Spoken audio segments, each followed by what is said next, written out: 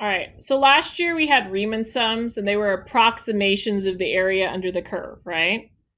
And we also had something called linearization, or we had tangent lines, and those are approximations of kind of where the curve was at. Euler's method's a little different because it gives us a lot of approximations, okay? The closer in we make the approximations, obviously the better they are. The more rectangles we would split something into, the better our approximation of a Riemann sum was, right? So I don't know if this part was in your notes or not. Is that part in your notes? The notes for today? Yeah, the notes for today. No?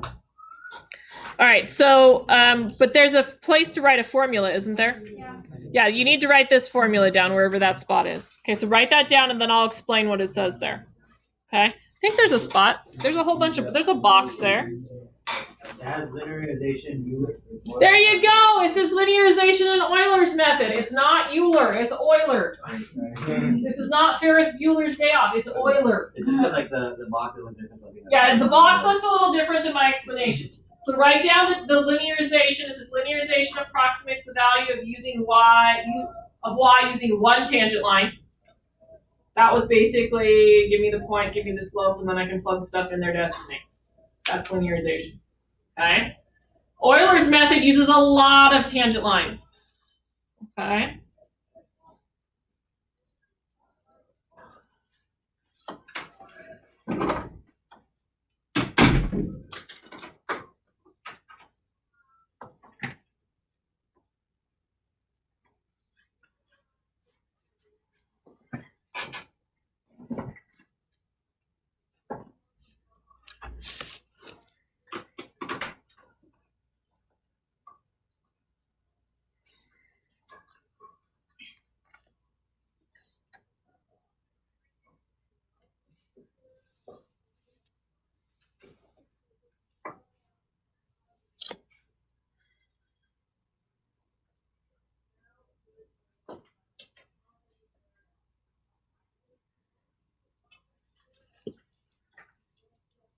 All right, we got it. What was written up there? Let me take this back to Algebra 1 for a second.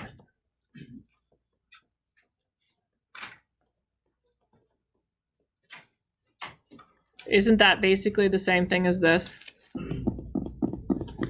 This is a y-intercept of some kind, okay? Isn't m mean slope, which is derivative? Okay, and then that's, they said, is change in x. All it is the equation of a line, but it's like looking slope-intercept-ish versus point slope, okay? Let me talk about what the parts mean to this equation so you understand where things are coming from. So in Euler's method, the y of a part is going to be the previous y value is what we're going to put in. And this will make more sense once we do a couple of them. Previous y value. M is the obvious, or the f prime is the slope. They're probably going to give you its slope. It's going to be the derivative. It's probably going to be more related to derivative than anything else. And the d of x part is the step size. It also kind of means change in x, but it's going to be your step size of whatever they give you. Sometimes they call it an h, I think. This particular one, or your book might call it an H, and I have pulled one that doesn't call it that. All right, and you'll notice that there's only like 2 examples, right? Maybe 3, 2, 3, 2. Perfect. Okay, so it gives me a derivative, right? That's what dy dx is. It gives me a starting point, an initial condition. It gives me a change, and they want me to approximate 1.3. So we have to find 1.3 using Euler's method. There's a lot of calculation. Okay, so this is a lot. It's calculating over and over and over. This will pop up. We've seen it in the free response for the last few years. Okay, as if like part A, not the whole question. okay? It's a very small part of the free response. All right, so I always start by writing my initial condition down. So y of 1 equals 0. Okay. What does it say I have to get to at the end? 1.3. So I'm going to have to do some repeated calculations to get there. How many times? What's my step size here? 0.1. So my next calculation would be y of 1.1, right? Because I'm only going to get to change it 0.1. What would my calculation after that be? 1.2, and my final calculation would be 1.3, right? So do you see how each time we did a calculation, it's going to step up by 0.1. Okay. Sometimes they'll tell you have to get it in however many steps, and you need to figure out the step size. Okay. I think that might be the next example. All right. So I'm going to write out what the formula says, and then I will show you the calculation. I'm only going to write out what the formula says on the first line here. So the formula says to get y of 1.1, I need to calculate the previous value plus the derivative of the function evaluated at that previous value times the step size. Okay, so what is y of 1? 0, good. All right, then I need to look at my derivative here, and I need to plug what into it? Well, I need to plug 1 and 0 in, don't I? So I'm going to do that work over here to the side.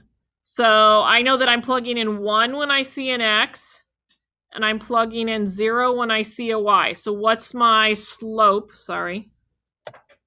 What's my slope at 1? It's 1. So I'm going to say 1. And then what's my change? 0.1. Right? That came from here. So when I calculate that out, what do I end up with on this one? 0.1. So now I technically have the point. Let me highlight it a little bit. My new starting point for my next function is 1.1.1. Do everybody see the new x and the new y? So what I highlighted is your new x value and your new y value. Okay, so I have to go to the previous calculation. So what's my previous y value? What does it say? 0.1 or 0.1 is fine. The technology's having a hard time keeping up. There we go. Plus, okay, now I need to do a slope calculation, don't I? So I have to find f prime of 1.1, which is my x value, which is 1.1, times 1 minus the y value, which was 0.1. All right, you all have calculators today, right? Hit the buttons and tell me what you get.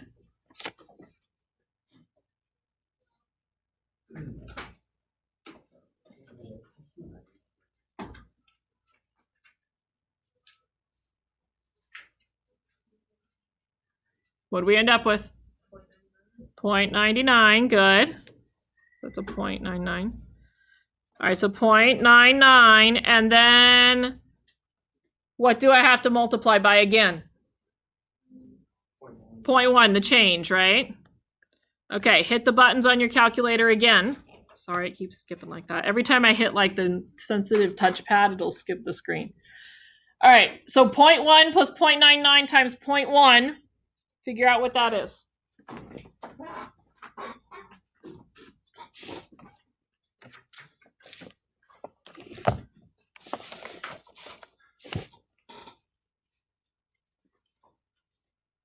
All right, what are we getting? 0.199, good. Okay. All right. What do I need to do to get the last one? What do I start with?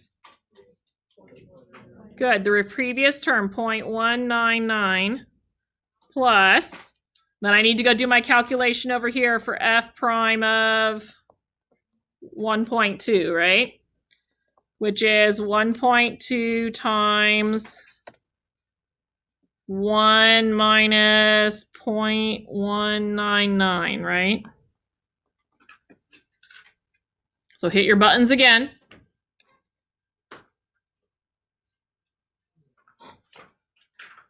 I have something that's about 4 digits long right now. Line 6. 12. Okay. So for our purposes in here, we want to carry as many decimals as we possibly can, right? You'll notice that the calculators are set at float 6 or float 8. If we don't carry a lot of decimal points in the middle of our problem and we just cut it off at 3 in the middle, we're not going to get the correct final answer. Because remember, your answer has to be accurate to 3 decimal places at the final problem, not in the middle of the problem. All right. So it's okay to carry a lot of decimal places in the middle. It's actually what we need to do. All right. What's my change again? 0.1. All right. Did we hit the buttons already and calculate it? Technically, I should probably do approximately, not. It's supposed to be an approximation.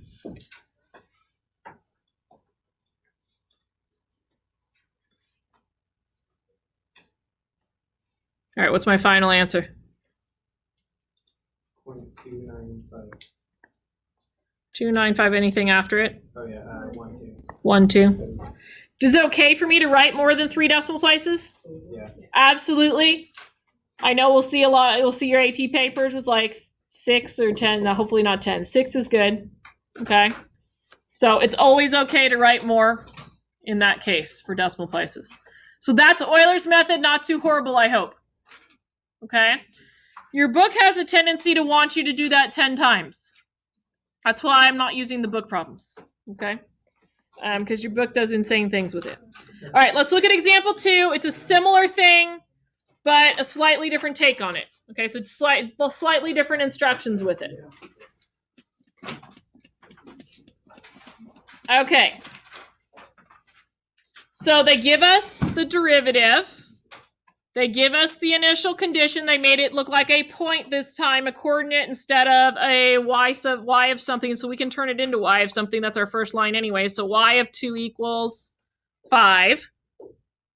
It says that we need to use 2 intervals to get to y of 2.4. Last time, how many intervals did we do? Look at this. How many times did we do it?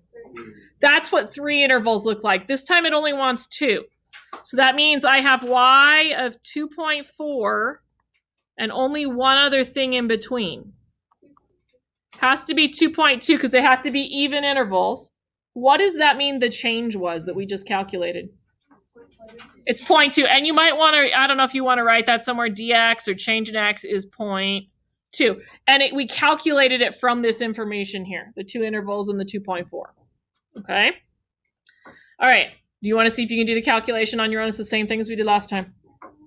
Try it. See how far you can get with it. Repeat, put it in the derivative, multiply by the change, right? So take a minute and try it. You should be able to do it. I shouldn't have to show it to you 10 million times. You're in BC Calculus.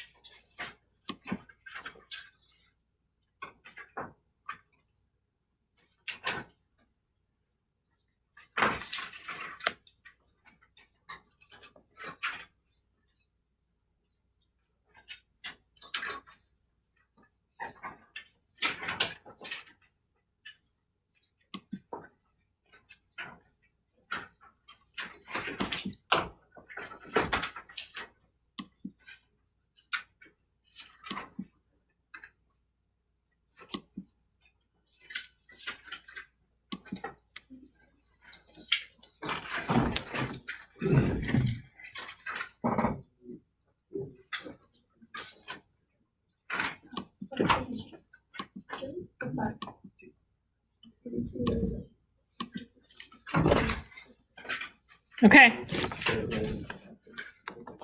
Let's check it. I've got the repeated one up there.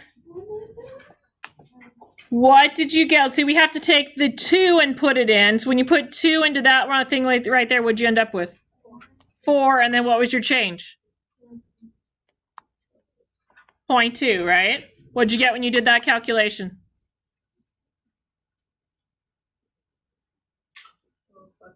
There you go, 5.8, good. All right, and then I'm going to take this and I am going to repeat it. Okay, I now need to take the 2.2, right? That has to go in here. So what's 2 times 2.2? Last time I did more work off to the side, right? And that's okay if you do that. This one's a little simpler, so I'm doing some more of the work in my head. All right, and then what's my change again? Just 0.2. Okay, and what do we get for our approximation this time?